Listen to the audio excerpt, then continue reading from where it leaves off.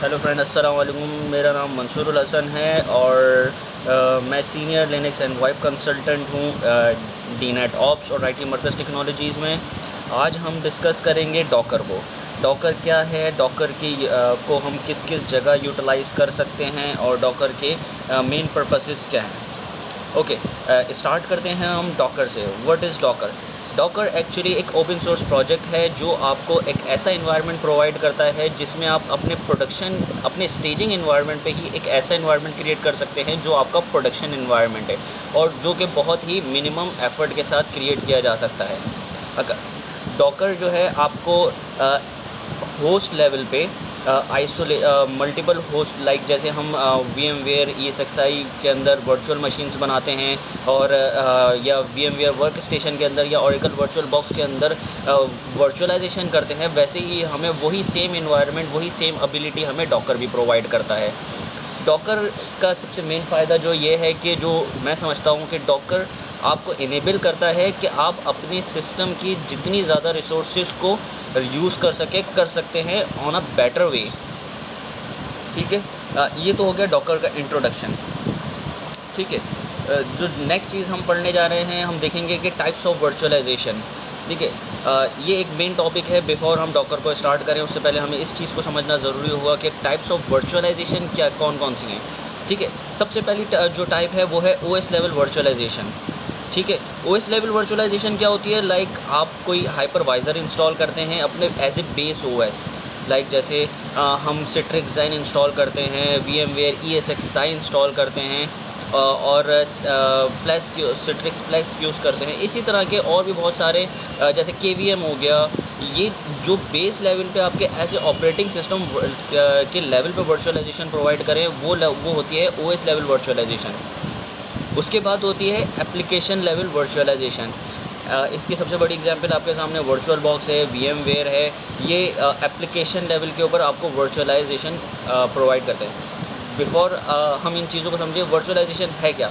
Basically virtualisation का जो concept है वो ये है कि आपके फ़िज़िकल हार्डवेयर को वर्चुअली और लॉजिकली डिवाइड करने को हम वर्चुअलाइजेशन कहते हैं।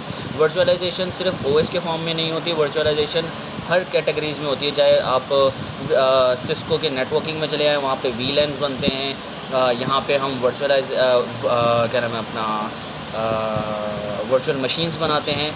ठीक है, एप्लीकेशन लेवल पे भी जो हमारे पास सबसे बड़ी एग्जांपल वर्चुअल बॉक्स और VMware वर्क स्टेशन है। अच्छा, जो तीसरी बड़ी एवोल्यूशन हुई है वर्चुअलाइजेशन की दुनिया में, वो ये कर्नल लेवल वर्चुअलाइजेशन। ठीक है, कर्नल लेवल वर्चुअलाइजेशन क्या होती है कि जैसे जब हम VMware ESXi इंस्टॉल करते हैं के ऊपर कोई वर्चुअल मशीन बनाते हैं और उसके ऊपर कोई ऑपरेटिंग सिस्टम इंस्टॉल करते हैं, या VMware वर्क स्टेशन या Oracle वर्चुअल वर्क, किसी भी वर्चुअलाइजेशन इन्वायरमेंट में जब हम कोई वर्चुअल मशीन इंस्टॉल करते हैं, तो वो वर्चुअल मशीन में जब हम ऑपरेटिंग सिस्टम इंस्टॉल करते हैं तो हर वर्चुअल मशीन का अपना कर्नल इंस्टॉल होता है, जो कि कर्नल एक अपनी लेवल की रिसोर्सेज भी कंज्यूम करता है। ठीक है, इसी बात को रिसोर्सेज की यहाँ पे रिसोर्सेज की यूटिलाइजेशन बढ़ जाती है। फ़र्ज़ करें मेरे पास 3 वर्चुअल मशीन्स हैं, तो वहाँ पे मेरे पास एक बेस OS पे या एक VMware वर्क स्टेशन के ऊपर मैंने 3 वर्चुअल मशीन्स बनाई हुई हैं। तो इसका मतलब है मैंने 3 OS इंस्टॉल करे होंगे, 3 कर्नल इंस्टॉल करे होंगे। 3 कर्नल उनके लेवल की ही जो है ना मेमोरी कंज्यूम कर रहे होंगे, CPU की रिसोर्सेज कंज्यूम कर रहे होंगे। ठीक है, ये क्या हो रहा है यहाँ पे? यूटिलाइजेशन, रिसोर्सेज की ओवर यूटिलाइजेशन हो रही है in terms of kernel installation, क्योंकि मल्टीपल कर्नल इंस्टॉल हुए हैं तो मल्टीपल अपनी रिसोर्सेज अपने हिसाब से यूज़ करेंगे। बट जो एवोल्यूशन अब वर्चुअलाइजेशन की दुनिया में हुई है वो ये हुई है कि कर्नल लेवल वर्चुअलाइजेशन।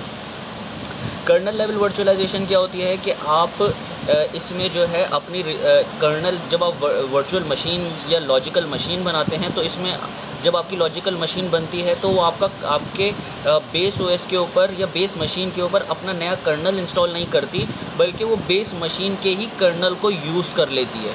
जो उसके बेस मशीन में कर्नल इंस्टॉल हुआ होता है वो उसी कर्नल को यूज़ कर लेती है, और इसी वजह से kernel same base kernel use करने की वजह से वो इफ़ेक्टिव रिसोर्सेज यूटिलाइजेशन में आ जाती है।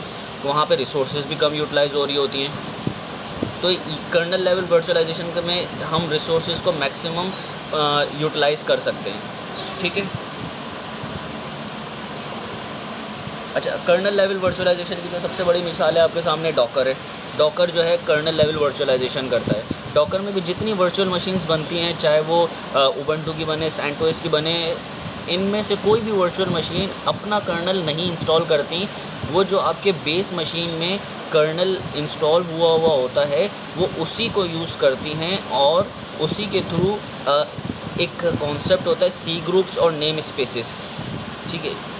बेसिकली डॉकर इन दो कॉन्सेप्ट्स के ऊपर काम कर रहा है, और जो डॉकर के ऊपर जितनी वर्चुअल मशीन्स बनती हैं वो इन्हीं कॉन्सेप्ट्स के और इन्हीं बेसिस को और इसी टेक्नोलॉजी को यूज़ करती हैं। ओके, थोड़ा सा एक कंपैरिजन है डॉकर वर्सेस वर्चुअल मशीन्स। अच्छा, यहाँ पे हम एक बहुत ही अच्छा सी चीज़ देख रहे हैं कि यहाँ पे हमारे पास एक लेयर कम हो रही है किसकी, गेस्ट ओएस की। देखिए, चाहे वो डॉकर इंजन कोई भी तरह का वर्चुअलाइजेशन या हाइपरवाइज़र हो, उसमें बेस ओएस दोनों जगह होता है सेम, ठीक है। यहाँ पे भी बेस ओएस है, यहाँ पे भी बेस ओएस है। उसके ऊपर कोई ना कोई ऑपरेटिंग सिस्टम इंस्टॉल होता है, चाहे वो उबंटू हो, चाहे वो सेंटोस हो। फिर उसके ऊपर हाइपरवाइज़र इंस्टॉल होता है, मे बी वो वर्चुअल बॉक्स हो, ऑरेकल हो, ठीक है। और उसके बाद आपके जो है ना गेस्ट ओएस वर्चुअल मशीन्स बनती हैं। देखिए, ये वर्चुअल मशीन्स बनती हैं, उसके अंदर गेस्ट ओएस इंस्टॉल होता है। गेस्ट ओएस का मतलब है कि हर वर्चुअल मशीन अपना कर्नल इंस्टॉल कर रही है। बट ये चीज़ डॉकर के केस में नहीं होती। डॉकर का इंजन इंस्टॉल होता है और उसके ऊपर आप डायरेक्ट अपनी ऐप को सेटअप कर लेते हैं, ठीक है। हर ऐप का जो है एक आइसोलेटेड एनवायरनमेंट होता है। अगर दो ऐप एक ही डॉकर इंजन पे चल रही हैं तो इसका और इसका दोनों एकदम आइसोलेटेड एनवायरनमेंट में। अगर इस कंटेनर में आप कोई एप्लीकेशन या कोई पैकेज इंस्टॉल करते हैं तो वो इस कंटेनर के ऊपर इम्पैक्ट नहीं करेगा, ठीक है।